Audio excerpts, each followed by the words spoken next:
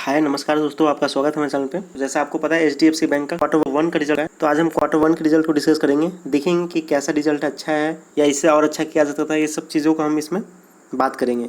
और जो लोग नए हैं उनको बारे में मैं बता दूं कि एचडीएफसी बहुत बड़ा बैंक है और ये प्राइवेट सेक्टर का सबसे बड़ा बैंक है। प्राइवेट तो छोड़ो, प्राइवेट हो या गवर्नमेंट हो, सब बैंक मिला के ये सबसे बड़ा बैंक है एचडीएफसी बैंक। क्यों है इस चीज़ को हम आगे वीडियो में देखेंगे। इसी कारण से इसका एनालिसिस करना बहुत ज़्यादा इंपॉर्टेंट होता है, क्योंकि इस पे अपना इकोनॉमिक तो डिपेंड करता ही है, साथ साथ जो लोग बैंक निफ्टी में ट्रेड करते हैं उनके लिए भी बहुत ज़्यादा इंपॉर्टेंट है। क्यों इंपॉर्टेंट है? क्योंकि इसका बैंक निफ्टी में वेटेज करीब करीब 25 से 30% के आसपास है। उसको देख लेते हैं कितना परसेंट किस बैंक का वेटेज है। तो आप देख सकते हो H D F C bank का वेटेज बैंक निफ्टी में कितना ज़्यादा है। अगर H D F C bank की बात करें तो इसमें बैंक निफ्टी में 27.70 यानी 28% लगभग ये उसमें कंट्रीब्यूट करता है। यानी इसके दम पे चाहे तो बैंक निफ्टी 1000 पॉइंट ऊपर जा सकता है, 1000 पॉइंट नीचे गिर सकता है। तो सोचो एक कितना ज़्यादा इंपॉर्टेंट बैंक है। और मैं जैसा ही मैंने बताया कि सबसे बड़ा बैंक है, क्यों है उस चीज़ को हम थोड़ा सा और आगे चल के देखेंगे। इसकी पी की बात करें तो पी अभी 22.95 का है। तो चलिए चलते इसके रिजल्ट को देखते हैं कि इसका रिजल्ट कैसा है। तो H D F C bank का जो है profit 20% year on year basis पे बढ़ गया है। यानी कि जो पिछला जो क्वार्टर का प्रॉफिट था उस समय 5568 करोड़ का था। इस बार का जो प्रॉफिट आया है वो काफ़ी अच्छा आया है और 6668 करोड़ का इन्हें प्रॉफिट हुआ है। यानी लगभग 20% का ईयर ऑन ईयर बेसिस पे इनके प्रॉफिट इंक्रीज हुए हैं। वहीं अगर नेट इंटरेस्ट इनकम की बात करें तो ईयर ऑन ईयर बेसिस पे 17.80% इंक्रीज हुआ है। तो ये रिजल्ट इनका काफ़ी ज़्यादा अच्छा है। इस चीज़ को एग्जैक्टली जो रिजल्ट का पेज है उस पर भी चल के देखेंगे। तो देखिए H D F C bank के रिजल्ट पर हम आ चुके हैं। अगर हम इनकी इनकम की बात करें तो इनकम आप देख सकते हो इनका आया है। इसी मैं आपको बता दूँ कि इनका जो भी डाटा दिया हुआ है सारे डाटा लाख में दिया हुआ है, तो मैं इसको करोड़ में कन्वर्ट करके मैं सारे डाटा को आपको बताता हूँ। तो जो इनका इनकम इस बार का हुआ है वो करीब 36,698 करोड़ का हुआ है। वहीं अगर पिछली बात की इनकम की बात करें तो उस समय इनकी इनकम हुई थी 38,287 करोड़। पिछले क्वार्टर से इनकी इनकम यहाँ पे डिक्रीज होते हुए नजर आती है। वहीं अगर ईयर टू ईयर बेसिस बात करें यानी कि लास्ट जून से, तो उस समय इनकी इनकम थी करीब 34,324 करोड़। तो यहाँ से यहाँ का आप देखो तो अच्छा खासा इन्हें बेनिफिट हुआ है, लेकिन पिछले क्वार्टर से इनकम डिक्रीज हुई है। तो ईयर ऑन ईयर बेसिस पे इनकम बढ़ा है और लास्ट क्वार्टर से इनकम क्या हुआ है, डिक्रीज हुआ है।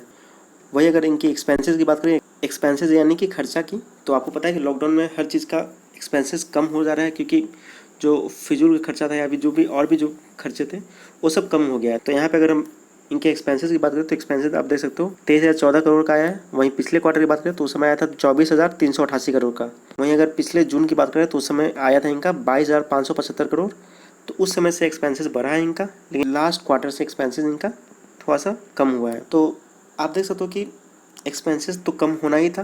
क्यों कम होना था? क्योंकि लॉकडाउन में काफ़ी चीज़ें बंद है। लेकिन एक चीज़ ये लगता है कि लास्ट जून से एक्सपेंसेस इस बार बढ़ कैसे गया, तो ये थोड़ा सा कंसर्न की बात है कि एक्सपेंसेस उतना ज़्यादा कम नहीं आया जितना कम होना चाहिए था। वहीं अगर प्रॉफिट की बात करें, प्रॉफिट बिफोर टैक्स की यानी पीबीटी की, वो इनका प्रॉफिट आता है 9,339 करोड़ की। वहीं अगर लास्ट क्वार्टर की बात करें तो उस समय का जो प्रॉफिट था वो था 9,681 करोड़ का। वहीं ईयर टू ईयर यानी लास्ट जून की बात करें तो उस समय 8,834 करोड़ का प्रॉफिट था। तो यानी यहाँ पे तो हमें इंक्रीजमेंट देखने को मिलता है, लेकिन पिछले क्वार्टर से यहाँ प्रॉफिट डिक्रीज हुई है। वहीं अगर टोटल यानी ओवरऑल टैक्स उस कटने के बाद की बात करें यानी प्रॉफिट आफ्टर टैक्स पीएटी, तो आप टोटल प्रॉफिट देख सकते हो कि 6,940 करोड़ का प्रॉफिट आया है। और जो लास्ट क्वार्टर था उस समय की बात करें तो उस समय आया था 7,296 करोड़। यानी कि लास्ट क्वार्टर से इनकी प्रॉफिट डिक्रीज हुई है। वहीं लास्ट जून से कंपेयर करें यानी वाई टू वाई, तो उस समय इनके प्रॉफिट था 5,690 करोड़। वहाँ से प्रॉफिट अच्छा खासा इंक्रीज हुआ है। तो यहीं पे जो दिया हुआ था 20%, ये 20% यहीं पे है जो कि इंक्रीज हुआ है। आप चाहो तो इनकी प्रॉफिट मार्जिन निकाल सकते हो। प्रॉफिट मार्जिन कैसे निकलता है मैं आपको बताया था एक बार। प्रॉफिट मार्जिन निकलता है जो नेट प्रॉफिट आता है, प्रॉफिट को अगर इनकम से डिवाइड करके 100 से मल्टीप्लाई कर दूँ तो प्रॉफिट मार्जिन निकल जाता है। तो आप चाहो तो प्रॉफिट मार्जिन भी कैलकुलेट कर सकते हो।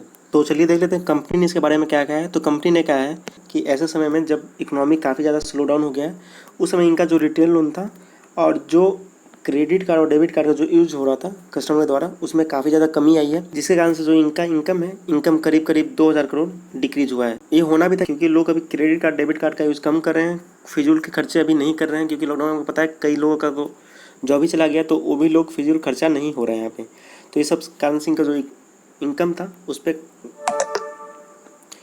पर फ़र्क पड़ा है और इस बार करीब करीब 2,000 करोड़ डिक्रीज हो गया है। तो बैंक ने आगे क्या कहा है? तो बैंक ने आगे कहा है कि वो कुछ मेथड पर काम कर रहे हैं, कुछ मॉडल पर काम कर रहे हैं, जिससे जो स्लिपेज था, जो एनपीएस था, उसको बहुत जल्दी रिकॉग्नाइज कर लिया जाएगा।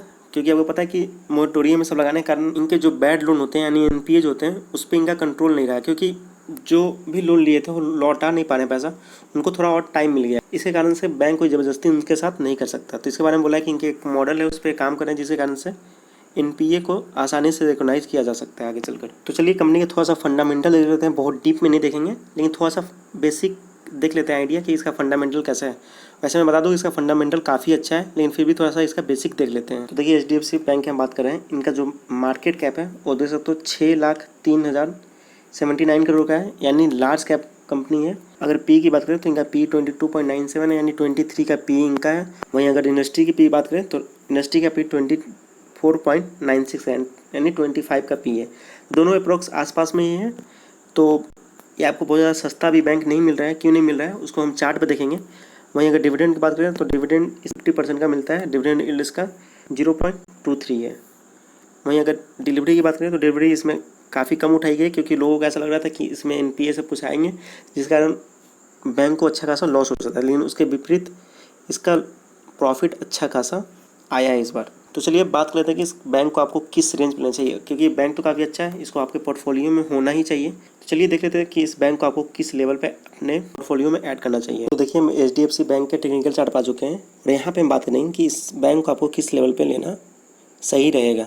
देखिए अगर बैंक की बात करें तो मंडे को इसमें अच्छा खासा तेज़ी था, तो 3% करीब अप था और 1100 के आसपास में इसने क्लोजिंग दिया है।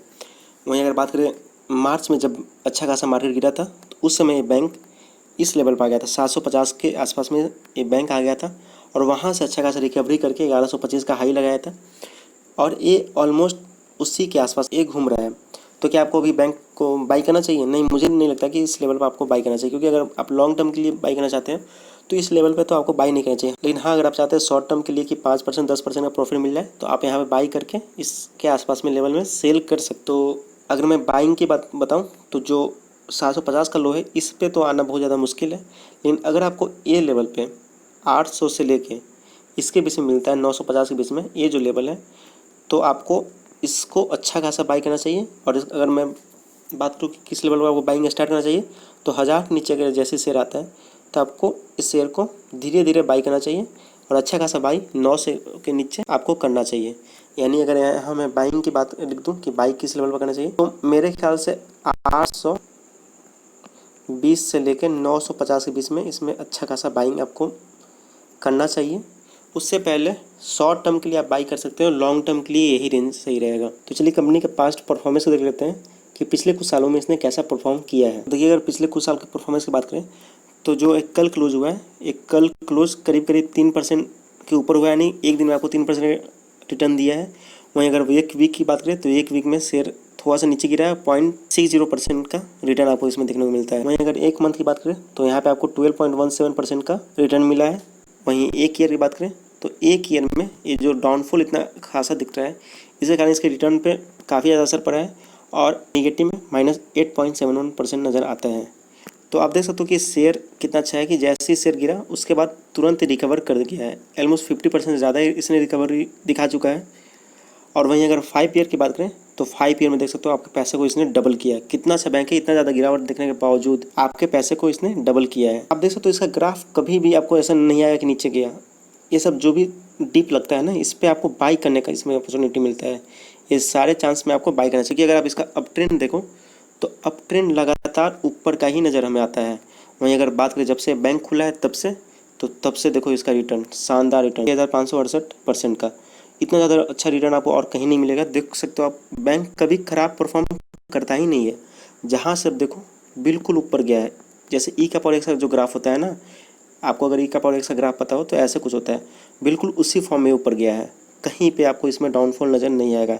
जहाँ जहाँ डाउन दिखता है वहाँ पे वैसे ऐसे पॉइंट पर आपको इसमें बाई करना होता है, उसमें घबरा के सेल नहीं करना होता। जैसे अभी आप देख लो, जब नीचे गिरा तो ये शेयर कितना तेज़ी में रिकवर किया है। तो ये शेयर काफ़ी ज़्यादा अच्छा है। इसको अगर अपने पोर्टफोलियो में ऐड करते हो काफ़ी सही रहेगा। अगर इसकी हाई की बात करें तो ये हाई 1305 का है इसका। तो ये लार्ज कैप कंपनी है, काफ़ी अच्छी कंपनी है। आप मुझे लगता है कि इसको आपको अपने पोर्टफोलियो में ज़रूर ऐड करना चाहिए, लेकिन इस लेवल पे ऐड नहीं करना चाहिए। बाइंग लेवल मैं बता दे रहा हूँ, एक बार फिर से लिख दे रहा हूँ बाइंग लेवल इसका इसका बाइंग लेवल वही रहेगा 820 से लेके 950 के बीच में अगर मिलता है तो आपको अच्छा खासा इसको बाई करना चाहिए। तो चलिए आज का वीडियो यहीं खत्म करते हैं। अगर आपको वीडियो अच्छा लगा तो आप वीडियो को लाइक कीजिए, कुछ अच्छा लगा हो आपको तो उसको कमेंट कर सकते हैं, आप चाहे तो शेयर भी कर सकते हैं। अगर वीडियो आपको अच्छा लगा हो तो चैनल को सब्सक्राइब कीजिए, टेलीग्राम ग्रुप को ज्वाइन कीजिए। इसमें फ्री में आपको मिलता है एक डिस्कशन ग्रुप जहाँ पे आप कोई भी चीज़ को इजीली डिस्कस कर सकते हैं। कोई भी चीज़ मतलब कुछ भी आपको डाउट हो उसको इजीली डिस्कस वहाँ पे कर सकते हैं। तो ये आपको बहुत अच्छा प्लेटफॉर्म हम आपको दे रहे हैं। तो चलिए फिर मिलते हैं अगली वीडियो में, तब तक के लिए थैंक यू।